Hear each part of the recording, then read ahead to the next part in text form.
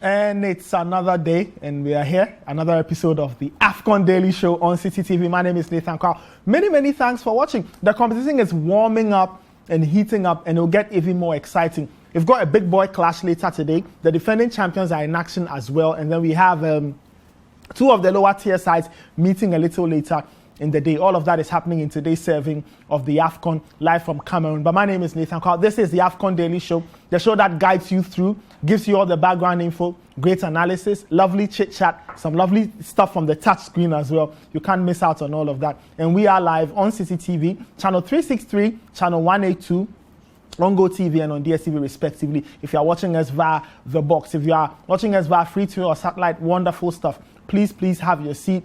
Feel comfortable and let's enjoy the next 1 hour or so as we talk top-class African football served live from Cameroon on the wings of Total and the Confederation of African Football. Send us a message on the number 0550-585832, hashtag AFCON on Citi, hashtag Citi Sports. We'll go through as many of them as possible before we leave. We'll take a very quick break. When we come back, I'll introduce my guest and we start rolling. This is the AFCON Daily Show on Citi TV. Feel the heat, feel the kick. Feel the power, feel the punch, feel the heat, feel the kick, feel the power, feel the punch, feel the heat, feel the kick, feel the power.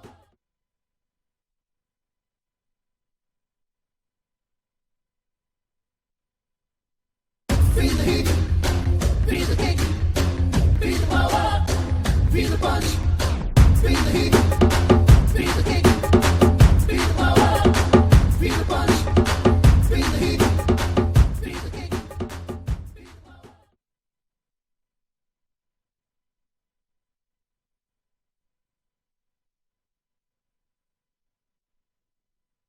Feel the heat, feel the kick, feel the power, feel the punch, feel the heat, feel the kick, feel the power, feel the punch, feel the heat, feel the kick.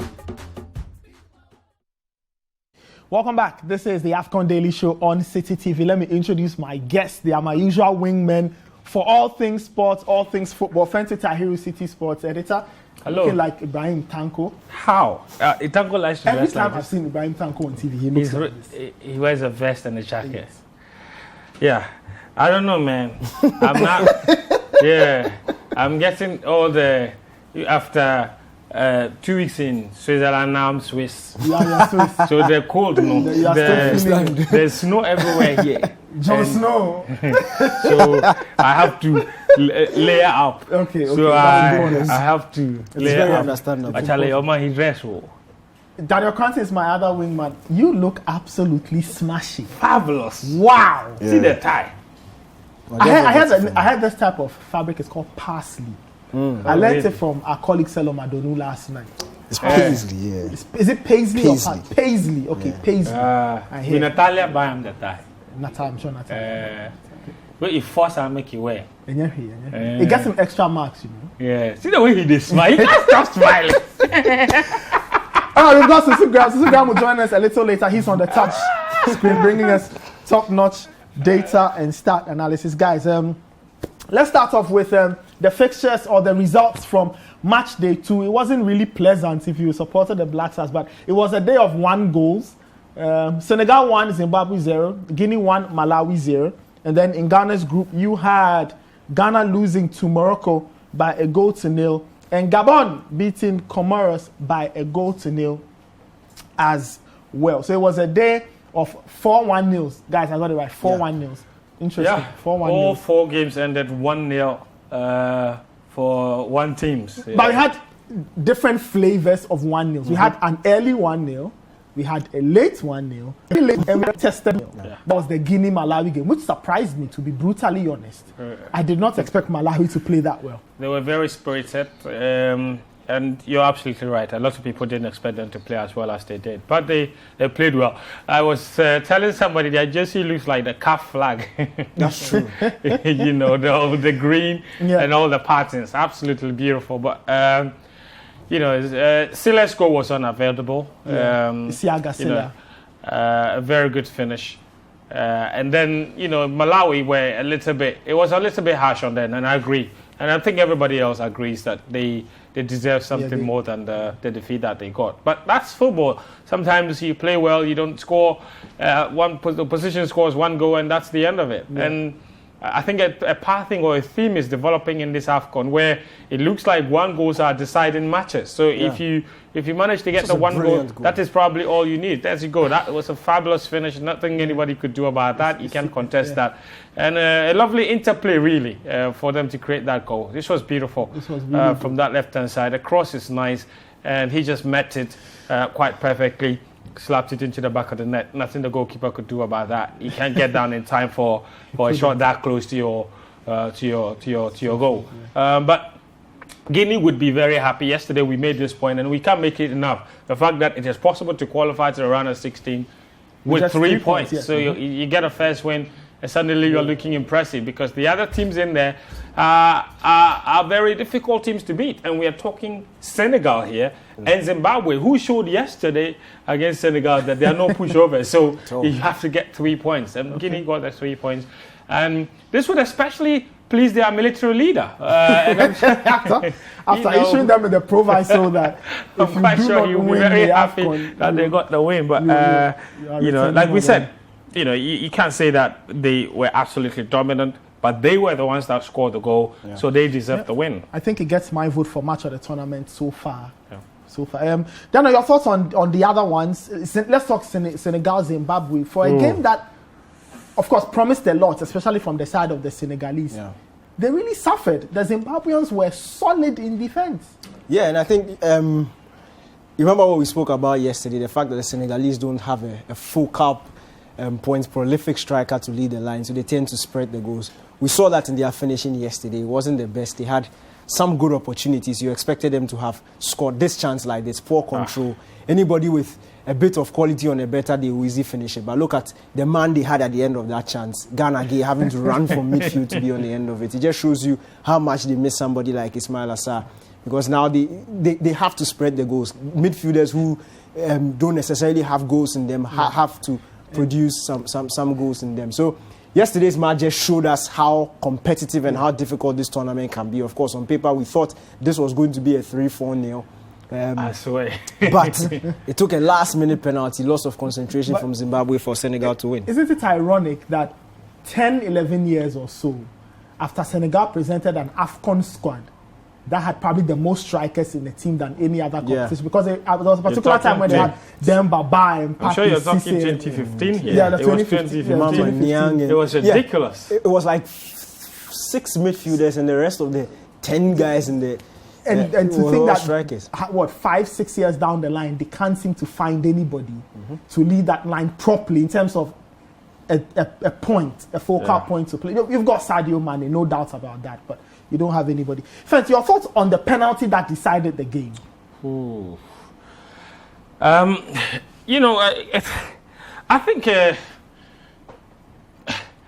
I think it was a penalty. Okay. I think it was a penalty. Sometimes, and we talk about this all the time. So you have the Zimbabweans contesting it. His hands are not close to his body. He's almost flying in, trying to block the ball with his back to goal. So it's not like he's facing the ball with his hands right next to his body. He's flying in, trying to block the ball, and he stretches his hands in the way.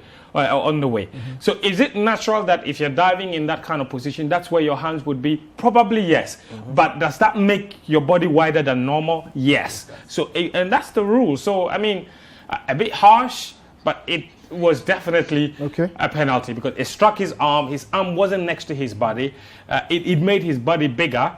And for me, I'm not sure, because naturally, nobody's arms are facing to the left-hand side with their face as well. So, I mean, that is not a natural position of the hands. But it is probably a natural reflex position when you're doing that sort of action. But that is not the norm. That is not the natural norm. And it made his body bigger, so I think that's definitely a penalty. All right, let's move it on. Let's talk about the other game that also ended 1-0, the third of the 4 1-0s there. Gabon and Comoros. It was the other game in the Ghana group, and in the stands we had Milovan Rajevac and Nenad Glisic watching keenly, probably trying to plot their way But what did you make of that game? Gabon getting the very early goal, and then they managed to hold on and pick up all 3 points. And that early goal was very important for them. We have to bear in mind that they were missing 2 of their key players, their biggest stars in the team, and Aubameyang and Lemina both out through COVID. They had and to I must get say, this is my moment of the tournament so far. fantastic The celebration. somersault. And it always happens in the AFCON. You always have these flamboyant celebrations. But back to the game, and mentioning how important the early goal was for Gabon. If you watched Comoros through the the AFCON qualifiers, they were an extremely difficult side to beat. In their 6 games they played. And I'm saying it because of the quality that they have. They conceded 6 goals in 6 games, which is a pretty good record considering where they've come from as a footballing nation. They scored just 4, meaning they didn't need to score more than 1 goal to win games. They won a couple of games 1-0, had a couple of goalless draws, and of course Egypt dealt with them. A chunk of their goals they conceded were against Egypt. So it just shows you how difficult they are to beat. And when you're facing teams like that, the more the game grows and the older the game grows to the score goalless, it becomes even more difficult to break them down. So Gabon needed that early goal to force Comoros onto them and hopefully catch them on a counter-attack. And once that goal went in, you could even see the body language of the Gabonese players. They felt a bit relaxed. They were able to pick their passes and go about their game plan much easier. So it was an important win for them. And of course, if you look at their next 2 games, on paper, they are the 2 most difficult teams in the group, in Ghana and Morocco. So getting those 3 points was very important. Remember what we said yesterday, 3 out of the 4 teams that made it to the round of 16 by virtue of finishing as 3rd best placed teams in the last AFCON finished with 3 points. So if you get that win and you're able to balance out your goal difference, you are well on your way to qualify from the round of 16. So an important win for Gabon. Right, the Gabonese getting themselves a very, very, very good win there. They don't have Pierre-Emerick Aubameyang. He's recovering from COVID. Hopefully he should be available for the other games of the competition. And that means that should he be available for that game against Ghana later in the week, it could be a bit of an issue with Ghana. But like I said, Black Stars head coach Milovan Rahevac, he was in the stands with Nenad Glisic, watching keenly, trying to understand what these 2 teams, Gabon and Comoros, are likely to offer when the Black Stars take them on a little later in the competition. But on that note, let's move on and let's talk about the Black Stars. The match that I'm sure some people would want to talk about, others would not want to talk about. But that was how it crumbled. Ghana lost 1-0 to Morocco. A very late goal scored by ex-Southampton player Sofiane Bouffa. This is he plays football in France for Angers. And he settled that game. Friends, your thoughts on that encounter? It was a tie that's left a lot of, I won't say polarizing opinions, but a lot of people seem to think that the Black Stars did not perform as well as they probably should have done. And some people have given up already. Others think that, look, there's some work to be done. Others feel the situation is salvageable. Others just don't care. You know, when it comes to the Black Stars, I think people have very strong opinions. Even for those that say they don't care, that's just a lie. It's just a way of masking their disappointments, because for managing disappointment and what you. You know, I think Morocco probably deserved to win in this particular game. The statistics support that. They had more shots. They created more opportunities, more clear-cut chances. They dominated possession. But Ghana seemed like they were in a bit of a...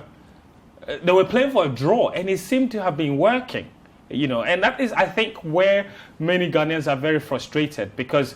you know, I think Ghanaians are very used to. And this was probably Ghana's clearest opportunity. This was it, and that was a really big effort from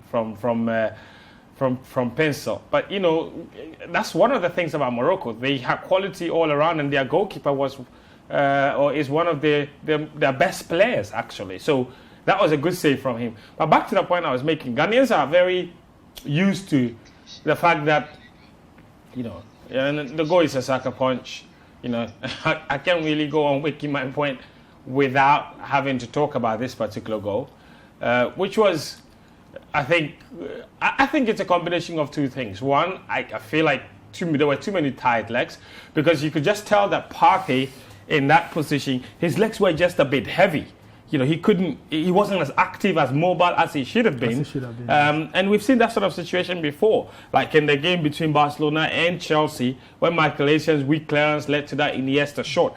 Sometimes tired legs can make you a little bit... Not necessarily because a player... You won't put it down as an error per se, would you? No. I'm not sure it's an error. I'm not sure that he was trying to pass. He wasn't. The ball just came to him unexpectedly. And that's because when you're tired and you're fatigued, sometimes you are less alert than you usually are. So perhaps if this was at the beginning of the game, he would have had that under control. But when your legs are heavy, it can be a bit difficult. And that is where...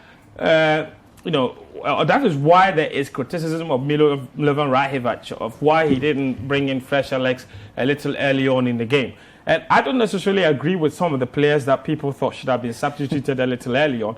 But should he have made a bit of a substitution? I absolutely think so. Even Partey himself included. Yeah. Because he hooked him towards the end in the 90th minute or so. But it was a bit too late. Let's be honest here. It is important. We know Milovan Rajevac, and what he likes to do is play it safe.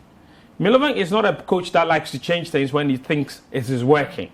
And yesterday, to be honest, up until they scored the goal, it seemed to be working. Ghana didn't go into that game trying to win. Let's not kid ourselves. They went into the game trying not to concede first and then hoping to get a goal. And that's why some Ghanaians are upset, because they didn't think that we were as ambitious as we should have been. So that is established. And it was working. It seemed like it was working. And a draw against Morocco would have been a good result. Let's not kid ourselves. Morocco are a better team than we are at the moment. So if we get a result against them in our opening game, that is decent enough. And he seemed to have been on his way to getting that. Now, back to the substitutions matter. It is possible for him to have substituted Thomas Partey. Why not? You see, Partey only joined the team in Qatar a day before they flew out. Or 2 days before they flew out. His legs were heavy. When he joined the team, they left 2 days. Is it just 2 days? Like less than 48 hours after he joined the team. And then they flew into Cameroon. They flew into Cameroon on Saturday. They only had 1 day of rest and 1 training session. And then they were playing the next day. He is not a magician. It is natural for him to be tired. If you see that he's tired, you need to substitute him. If there's one play, and especially, and I was disappointed because if you're playing for a draw, which seemed like the case yesterday, he could have brought in another midfielder in Edmond Ado, perhaps. Why not? Because he's played at the highest level. He knows what it is to manage a game. He did it at the Bernabeu, and they won. So why is it not possible? And not just only Partey. Perhaps for last spells of the game, Jordan Ayew in the second half, it was obvious. And he is in a similar situation as what's his name? As Partey. Yeah. He also arrived in camp late. He was even probably injured in his last game against the for Crystal Palace before coming in. So there are fitness issues here and there. So don't be afraid to make bold decisions. All right? And I thought that Milo himself, he let himself down. He let himself down by not making those quick substitutions, because sometimes, and it's a split decision, sometimes the difference between getting a result and not getting one is those small key decisions. But I don't think that generally Ghana were that bad. If you've watched all the games in this AFCON tournament, which team has really impressed you? Okay. As much as they should. Nobody has gone out there and blown anybody apart, even the host nation. They struggled. Yeah. Senegal struggled against Zimbabwe. We played Zimbabwe. We beat them home and away. Senegal, the number 1 ranked team on the African continent, cannot beat Zimbabwe until a 95th minute penalty was awarded. So everybody is struggling. Perhaps even the late preparations and the late arrival of players that comes from the all those things having helped. So it is even telling in the quality of football that is on display at the AFCON at the moment. Ghana the players did their bit. There were issues here and there. Some players didn't cover themselves in a lot of glory, and the Yadam in particular yesterday didn't do too well, and he didn't get a lot of help from Jordan either. In fact, yesterday when we discussed the game and analyzed the game, one of the things we predicted, and one of the things we really stated that he needed to get a bit of that he needed support from Jordan Ayew, who we predicted would have played on the right hand side. He didn't. They played what's his name? Pencil is not. Yesterday, he didn't do a lot of defensive work. And it's obvious because yesterday he was our best player attacking-wise. Yeah. So Andy didn't get a lot of support, but he himself, of course, he was under a lot of pressure. He didn't do well. But anybody that said perhaps that Kamaldeen should have been substituted, I don't agree. The only reason Hakimi didn't cause as much havoc as he usually would have. And because Kamaldeen was there, even if he was on one leg. And anyone that says you should have substituted Andre Ayew, that is just wrong. Andre Ayew was our best player. It was our best defensive player. Yesterday, everybody was complaining about how dangerous Morocco were from set pieces. Yes. The set pieces, and there are statistics to prove, and I'm sure Shu will show them, that when it comes to set pieces, Andre Ayew cleared the most balls for Ghana from set pieces. If he wasn't, they probably would have conceded from a set piece. So I'm just saying that the performance wasn't great, but the performance hasn't been great from any team either from this AFCON. So I'm saying that it's a general theme and that it's a norm and that it is not necessary for now for us to try and blame everybody for it. There's an opportunity to redeem ourselves. I think Ghanaians are spoiled mostly because we are under the illusion that we play catcher, a grub ball. We like to. But those days have been long gone since we started hiring Serbian coaches. The last Serbian trainer that played any beautiful, flamboyant kind of football was Doya. That was way back in 2005. In 2006, after Doya, the rest of them have been very structured, very disciplined managers. So, I mean, is it disappointing that we lost? Yes, because I thought that we were on our way to getting a really good draw. We lost. But it's not all lost. We lost one game out of 3. Out of 3. And it is possible to still go all the way to the final. Of course, there are 6 points up for grabs. Didn't Spain win the World Cup after losing their first game? We went to the AFCON final in 2015 after losing our first game to Senegal. Yeah, that is true. So in 2010 as well, we lost to Cote d'Ivoire in the first game. 3-1 to the same coach. Yes. Actually. All right, let's get to our very good friend Susu Graham on the touch. Susu, thank you for joining us. I'm sure you've also been following the conversation on who did well, who didn't do well, and we didn't do well, and all of that. But what are your numbers saying? Are there any hidden stories that the numbers are telling that people probably are not aware of? Well, before I start, according to Opta, we still have a 7% chance of winning the competition. So I don't think all is lost. And that's 7%. And that's the 6th highest because every team is divided by 100. So we are number 6 on their favorites, even though we've lost the first game.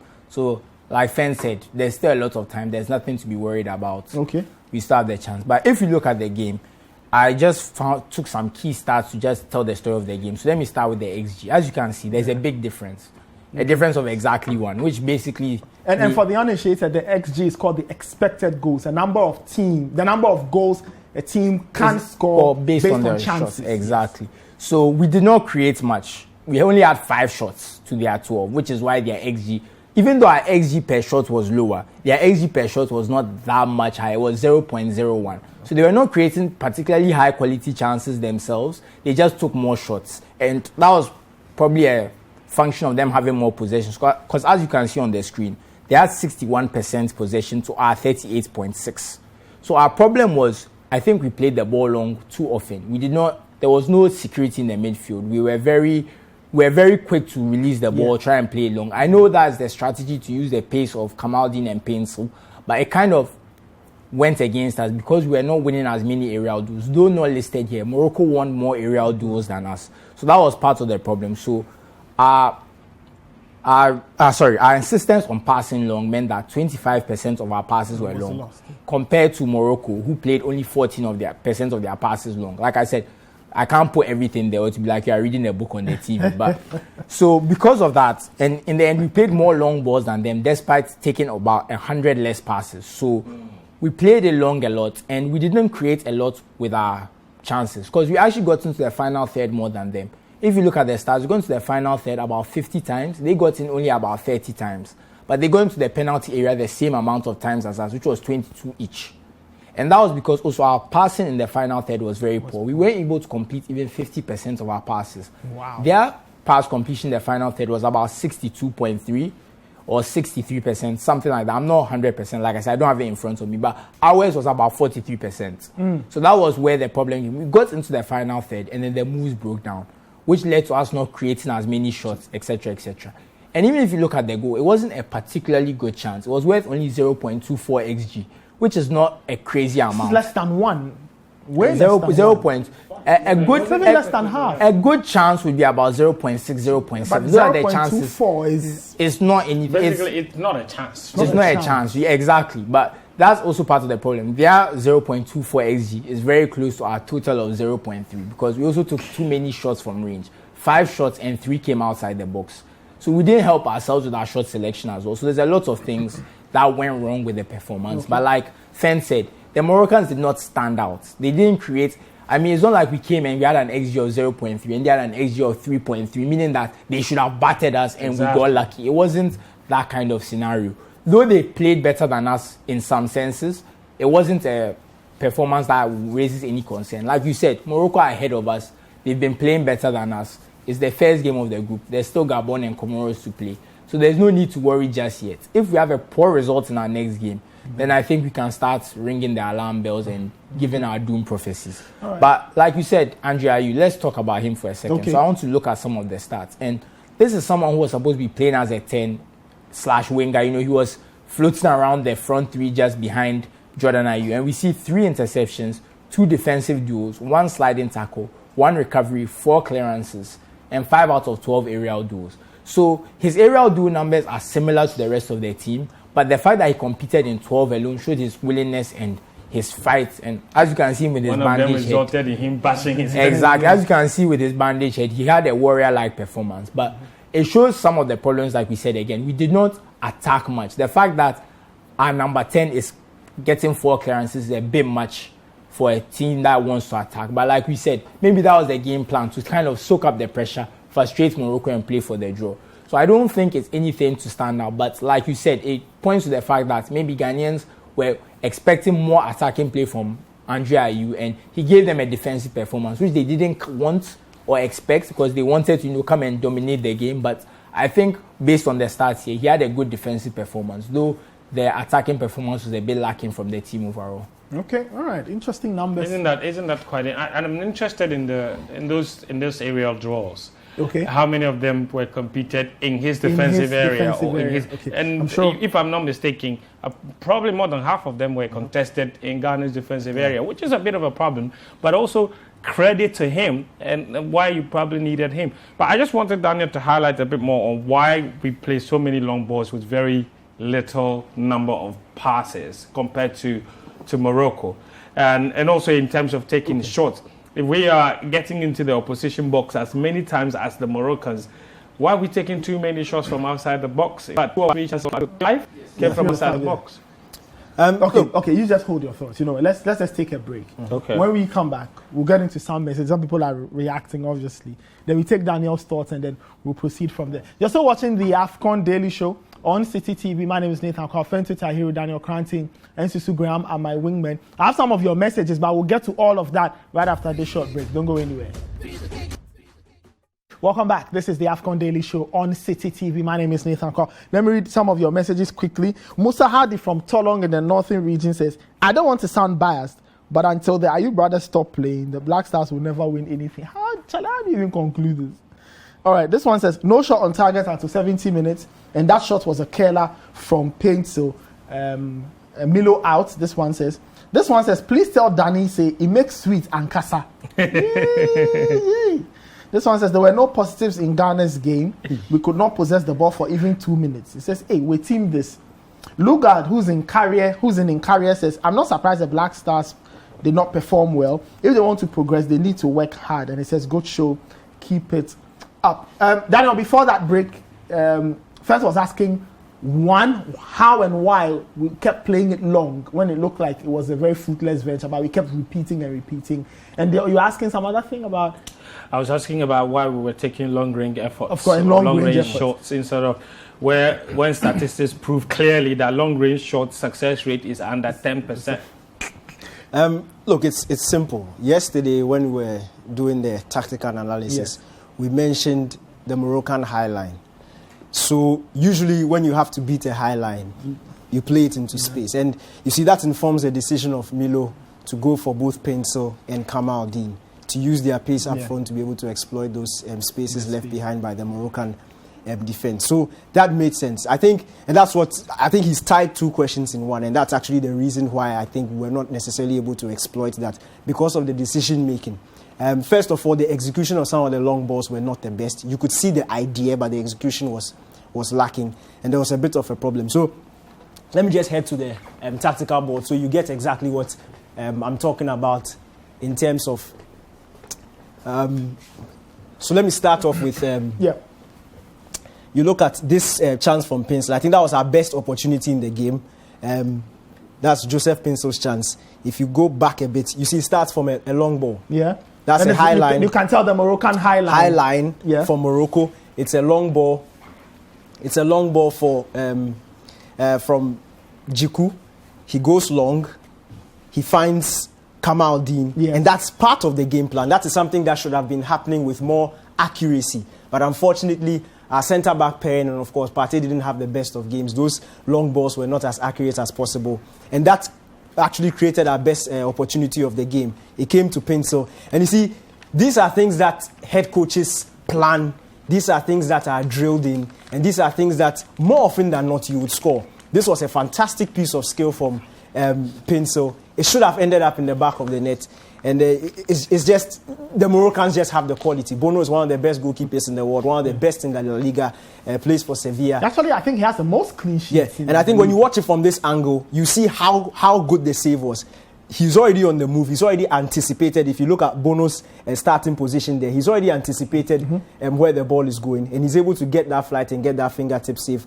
So that was an aspect of the game that, I repeat, was a bit, it should have happened more. Ghana should have been able to take more advantage of that, but unfortunately we were just not able to. Fen spoke about this decision making in the final third, and I'm just going to show you something that happened in the first half. This was Pinsel's chance. It was a golden opportunity for the Black Stars earlier on in the first half. Look, it's one of those things where you just ask yourself, what if? Because it was something that should have happened for the Black Stars. Joseph Pinsel, in the first half, had a golden opportunity, went past a couple of players, but unfortunately for him, he wasn't able to put the ball in the back of the net for the Black Stars. I do remember that particular incident. I think he had a really decent opportunity on the counter-attack. He's going. He's got, I think Kamaldeen was running right next to him.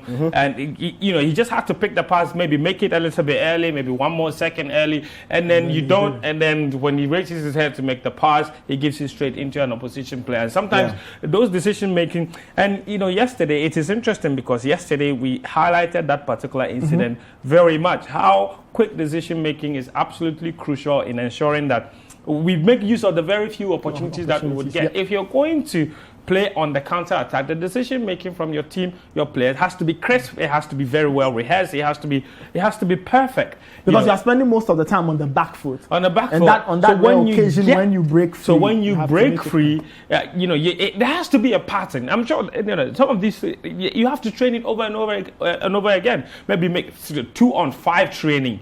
3-on-3 training, 2-on-2 training, 2-on-3 training. That's how it works. So put your 2 attackers up there and let them run at 5 defenders and see how you can find space. Because that is exactly how it works. Go and watch Jose Mourinho's Chelsea team in 2005, 2006. It's incredible. You need just 2 players and suddenly you're free. Yeah, so this is the opportunity I was talking about. Joseph Pinsel's chance. This thing highlights 2 things. First of all, Milo's decision not to be over-attacking. And you could understand him. Before the game, we established that the Moroccans are better technically at the ball. They are a very attacking team. So you don't want to risk sending too many bodies forward in order for them to catch you on a counter-attack. So this happened. It was a 50-50 duel, which Andre Ayew won. He lays it on to Joseph Pinsel. And look at Andre Ayew. He's retreating. You look at Jordan Ayew. He's not too eager to bump forward. You look at this is Baba Rahman, this is Baba Idrisu, this is Partey. The 3 of them don't make any proper movement into the box. So he's leaving the attacking duties to Joseph Pinsel, who's on the ball, Jordan Ayew, who make a late run into the ball, and Kamaldeen, who may find himself somewhere in and around the box. So if we play it, you see the 3 players are almost going to go, all the players, the Black Stars players at this side of the pitch are going to go off your shot, because the paramount thing about the game, or the most important thing on the game plan, was the defensive organization. So he leaves it to Joseph Pinsel. And this is where Fen talks about decision making. When Joseph Pinsel picks the ball here on his weaker foot, there's something he could easily do. He could easily slip this pass to Kamaldeen. easily slip this pass to Kamaldeen because Jordan is making a good run. He slips it into Kamaldeen. Kamaldeen gets it into Jordan. The ball's in the back of the net. But he opts to go for the shot. And that's where some of these things will go against you. So you can tell there was a plan. The coach went through these things to make sure that there are enough players in there to be able to make a difference. But of course, some of the decision-making was lacking.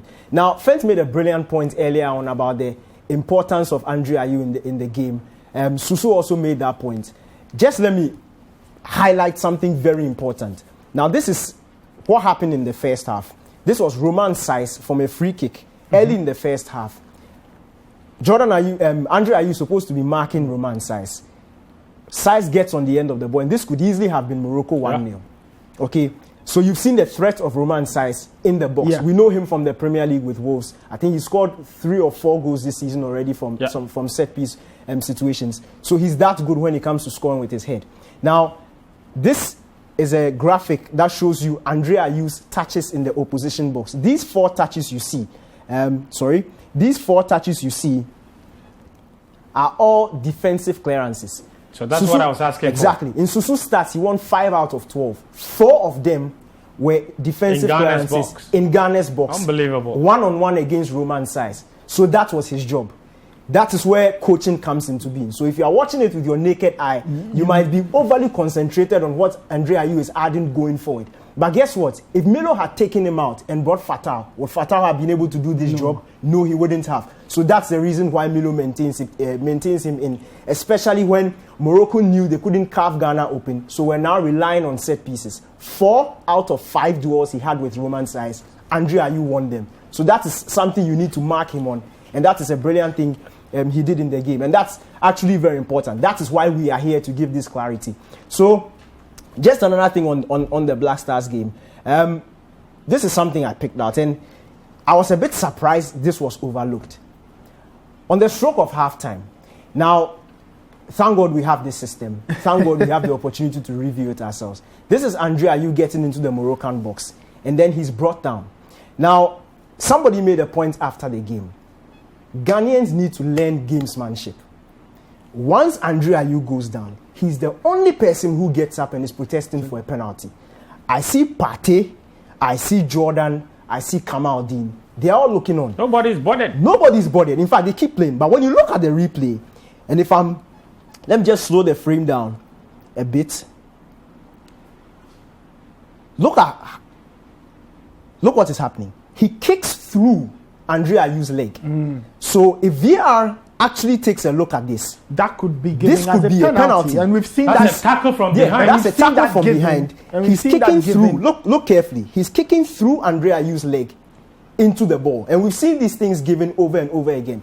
But another thing we need to understand about football is when you pressure the referee, it's a natural signal. VR will be obliged to look at it. But if everybody looks on like it's nothing, then we'll be found here a day after the game thinking, what if? So these are the little tricks we need to learn. Another thing I also want to mention is early in the first half, Joseph Pinso went 1-on-1 with Massina. Went past him, Massina got a yellow card. Now from that moment, I was asking myself, why was Joseph Pinso opting to cross when he found himself 1-on-1 with Massina? You have the skill, you have the pace. You go at him. Your man is on a yellow card. Your man is on a yellow card. These are all parts, little parts of the game. I even suspected perhaps they should have put Kamaldeen on him and switched him to the other side. So all these things, moving forward, we need to learn from these little tricks. But I still maintain, if you look at and if you listen to what Susu has said in terms of the stats, the game plan worked. I still maintain it worked because possession-wise, it's very simplistic to equate possession with control. If I don't have the ball and you have the ball and you are not doing anything with the ball, that is my game plan. I want to cede possession to you and frustrate you from playing the game. And that is what Ghana did. The only clear-cut opportunity Morocco created was after the goal when the game was stretched and Wolacott made that point-blank save in the 92nd minute. So I see a lot of positives in this game. What it has taught me is that the Black Stars can actually come up with a solid game plan to tackle one of the best teams in Africa. We can go toe-to-toe with them. And on another day, that pencil ball is going into the back of the net. On another day, Milo is making a decision that I think I side with Fent, taking Partey out, bringing another defensive midfielder in, just to be a bit solid. Because when you look at the Morocco goal on this particular instance, it's exactly what Fent was saying, tired legs. Tired legs. This tired is minds. Hakimi on the ball. Why? First of all, my question is, why is Partey not closing him down? He should be closing him down, but it's down to tired legs. So the game progresses. And you see, I kid you not, Baba Rahman has seen the run of this guy, but he's also looking at Partey, and Partey doesn't look like he's closing him down. So it's a collection of mistakes. So he lets him go, stretches, misses it, and now Partey has to retreat. And now this is when tired legs, and of course, these things happen in football. Game progresses, and unfortunately for Partey, this is not a chance. At this particular point in time, there are 4 Black Stars players surrounded the Moroccan player. This is when I expect Baba to be taking this guy, because there are 3 players with a guy on the ball. Baba Idrisu, who is pictured here, should be marking Boufal. He should be moving closer to Boufal because he can see him on the side of his eye. But he lets him go, and the ball fizzles out to Boufal and it's in the back of the net. But of course, some of these things happen when the game has wore on, when the concentration levels are low, so you can understand. But on the high level like this, I think Milo will be talking to them, and some of these mistakes will be corrected as time goes on. All right. Yeah, just one quick one. It is worth also pointing out that Ghanaians are very inconsistent people. Why? All the criticism that Jojo Wallacott has received during his call-up to the national team, if it wasn't for him yesterday, Ghana would have also conceded more than the goal. Yeah. Yesterday, the shots he should have saved, he absolutely saved them. And his game reading was quite good. Nothing he could have done with the goal. The goal was shot from what? From less than 10 yards away from, like just 6 yards actually. Yeah. Exactly 7 yards from goal. I mean, nothing anyone could do about that. So there were individuals that did well yesterday, and there were individuals that perhaps could have done better. Yeah. But I think overall, yes, not pleasing football on the eye. But yet, then again, I said it is a function of what we have seen from the entire AFCON. It is not a Ghana problem. It's not like Morocco, where, as the statistics showed, it's not like Morocco blew us apart. They didn't. Okay.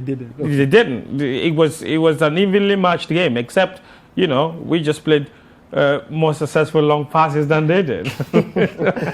All right, you're still watching the AFCON Daily Show on Citi TV. We'll take a quick break. When we come back, more of your messages. Very interesting suggestions I'm getting from the message box. People are proffering all kinds of ideas and solutions for the Black Stars before they take on Gabon on Friday in the 2021 AFCON in Cameroon. We'll be right back. Don't go anywhere. This is Citi TV, and this is the AFCON Daily Show. Welcome back. This is still the AFCON Daily Show on Citi TV. The guys are still here. Susu Graham on the touch screen, together with Daniel Cranton, Fenty Tahiru, and I'm here as well. Addington from Lashibi, guys. Addington has a suggestion. He says, 1, Idrisu as the holding midfielder. He listed them. There are 5 of them. He listed all 5. Yes. Idrisu and as the holding. Numbers there. Yes, I can show you. It's here. It says Idrisu as the holding mid. Partey as a box-to-box mid. Okay. Tete as lead striker. Kudus or Andre are you behind Tete? Then the final one, improved decision making in the final third. First of all, has he seen Kudus? Second, has he seen Tete? Maybe he saw him in the qualifiers. Let me read this other message. This one is from Sierra Leone. It's from Sierra Leone. And it's from somebody called Article on the Beat. Yes. We have a lot of fans in Sierra Leone. We'll preview their game shortly. Article on the Beat from Freetown Sierra Leone says, please, we are waiting for the exclusive match ever. I'm reading the message as I see it. Please. The exclusive match ever. Lone Star versus Algeria. Are they sure they are ready for this game? Brother, okay. The Lone Stars are ready. The last time they were in AFCON was 1996. And they won their opening game. And then they met Algeria in the same group in 1996. And it was a draw. So we can do it again. No problem. This one says we'll bounce back from the defeat and go ahead to win the trophy. Remember 2010 and 2015 when we got to the final. So those are some of the messages coming in there. Let's move it on. Let's talk about today's games. Let's have a look at the fixtures for today in terms of the 2021 AFCON in Cameroon. There you have it. There's Algeria and Sierra Leone. That game is very early at 1 p.m. There is Nigeria versus Egypt, which is a big boy clash itself at 4. And Sudan versus Guinea-Bissau. That game is at 7. A game of equals, I should say. But let's start off with Nigeria versus Egypt. Nigeria versus Egypt. that's a very interesting game. The clash of two former AFCON winners there. So I think you have a preview put together for us. So I went and dug up some head-to-head stats. So they played each other 18 times, with Nigeria winning 8 and Egypt winning 5. But then, like I said, sometimes there's too much data to put on the screen. So I've just given you their AFCON results. Okay, and again, Nigeria hold the advantage with 3 wins to Egypt's 2. Interesting, as you can see, Egypt had to wait about 47 years for their next win after winning the first meeting between the two in AFCON 63, a 6-3 win for the Pharaohs, who were then the United Arab Republic. And then in 2010, they won again when Egypt went on to win the trophy. Okay. So, as you can, it's a very interesting rivalry because it's almost like the beginning and the middle are so different, because it's like Nigeria have just dominated Egypt for the most part. But I think today it will be a very different game, and I think the Pharaohs are favourites, mostly because Nigeria are missing Victor Osimhen. But I'll get into that later. But when you look at their opening games, Nigeria are a bit more up and down and inconsistent, similar to Ghana in the terms that they've won 3, lost 3, drawn 1. So they are not a team that you can really tell how they'll play. And interesting enough, if you notice, there's a big gap between 2010 and 2019, apart from 2013. So Nigeria missed a lot of AFCONs because of their issues, but they managed to win one in the middle. You move on, Egypt are a lot more consistent. They win consistently regularly. So since 2002, they've only lost 1 opening game, and that was in 2002. So from then on, it's win or draw. Okay. But we look at key players. Wilfred Ndidi will be there to stop what the Pharaohs can do, because like I said, without Osimhen, who scored maybe 60% of their goals in qualifying, there's not as much attacking threat. Iheanacho only scored 2 goals, so I'll be looking to Ndidi to control the midfield and stop their threat. On the other hand, they have Mo Salah, 73 caps, 45 goals, second most in Egyptian history, and a great player. And as you know, his records in the Premier League, we don't have to talk too much about them. He's been more creative for the Egyptians in their qualifying campaign, but he's still a goal threat and he's still someone to look out for. All right, interesting stuff there. Daniel, your thoughts on this? You have a few things to highlight as we talk about Nigeria versus Egypt. It's going to be a very interesting game of football. This is how I expect both teams to line up. Now, this has been the template of Egypt throughout qualifying, 4-3-3 formation, Mohamed Salah starting off the right-hand side. For Nigeria, I remember that they've had a change of head coach. Gernot Rohr is gone, Austin Eguavoen is in. So we've not necessarily seen how he's going to set up. But under Gernot Rohr, they played a 4-4-2 system. It was Iheanacho partnering Victor Osimhen. But Osimhen is not around. Onyekuru didn't have too much favour under Gernot Rohr, but Augustin Eguavoen has spoken a lot about him, and from the way he's talking, it looks likely that he may start the game. He offers that pace in and around. You don't expect him to start totally alongside Iheanacho, but he may start just slightly behind him, just to offer that threat going forward. For Egypt, this is their main man, Mohamed Salah, and that's why I'm a bit worried for Nigeria. If I look on this side for Nigeria and you look at the options they have, it is Iwobi who loves to bump forward. In fact, he starts off the left-hand side, but he sort of drifts in. And that will leave a lot of space in behind for Salah to exploit. And I think that's where Nigeria need to be very careful at that particular point in place. Because, look, no matter what happens, it's not like the Ghana game where Iwobi bumping forward is going to force Salah to be defensive, like what happened between Hakimi and Kamaldeen. Salah doesn't care if you are running in behind him, and Egypt doesn't care. What they do is, because of the lack of defensive work from Mohamed Salah, you have El Neni and Fati playing almost a double team, making sure that this right-hand side area for Egypt is solid. Taufik will drop deep to make that back four a bit more compact. And you see Fati, the right-sided midfielder, doing more of the cover-up job for Mohamed Salah. And also, I think this works for the Egyptians because of Iwobi's tendency to drop in. So it doesn't mean that if Iwobi drops in, Fati just comes in and makes it more compact. If Iwobi was coming outside, it will leave a bit more space for Nigeria to be able to exploit. But because of Iwobi's tendency to drop in, I think it's a bit easier for the Egyptians. And that's why I think they are favourites today. I think the main thing Nigeria could use in this game is Chukwueze.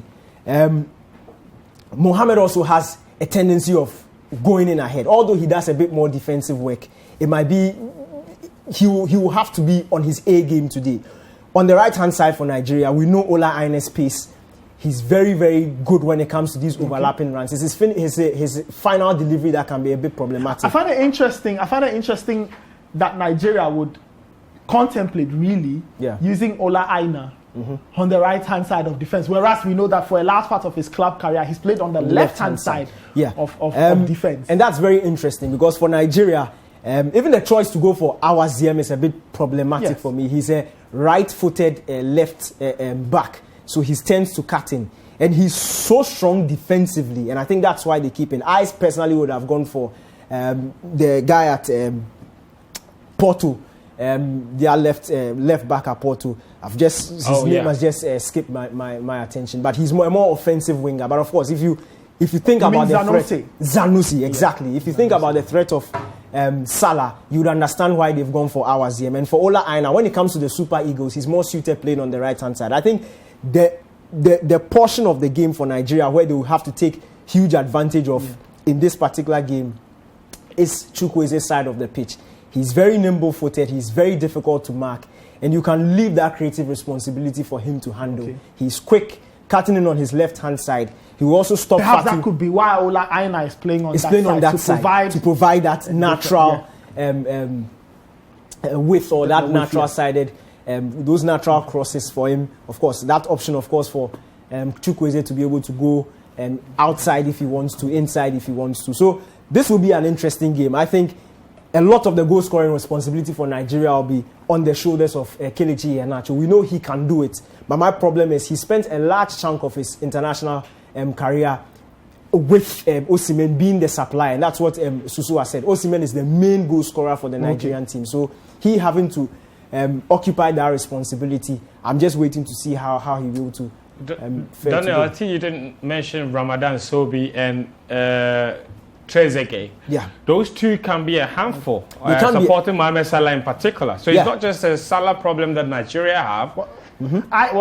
Probably those guys would be options for the Egyptians. I suspect that of the two, you probably would have Ramadan Sobi probably starting together with Mo Salah, and then Egyptians like Trezeguet a lot. Well, it depends. I mean, Trezeguet could also come in. I personally think Nigeria have a very similar problem to what Ghana has. The football is ugly. They have a lot of talented players. They just can't. They can't.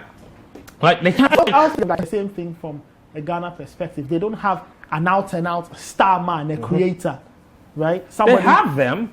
I mean, Chukwueze is his star man that they can build. I'm even talking about even centrally, through the middle. I mean, they don't. They have a lot of very good wide players in Iwobi and Chukwueze. They don't have a Mikel Obi sort of player in the team at the moment. But I think, Gabon is interestingly a very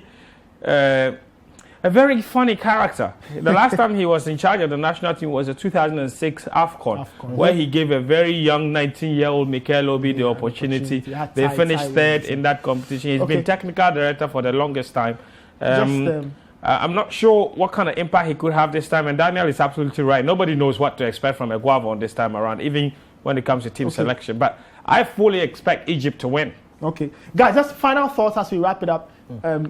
Algeria, Sierra Leone, how many goals? Look, I think on the basis of what we saw yesterday, we will not see a lot of goals. Right? No, we might see a lot of goals, but I expect a very spirited performance from Sierra Leone. They might lose even 3-0, but I'm sure it will be a good performance from them. Okay, all right, that's how we wrap it up. Thank you so much for watching. This has been another exciting episode of the AFCON Daily Show on Citi TV. Thank you so much to my guys who joined us, Susu Graham, Daniel Kranting, and thank you very much for sending us all your messages. It's been great getting all the interaction. We do it again tomorrow, same time, 12 noon to 1 p.m. Ghana time. Thanks to the production, light, sound, camera, everybody who made the show possible. We are back right here on Citi TV tomorrow, same time. Do enjoy the games. We'll catch you tomorrow.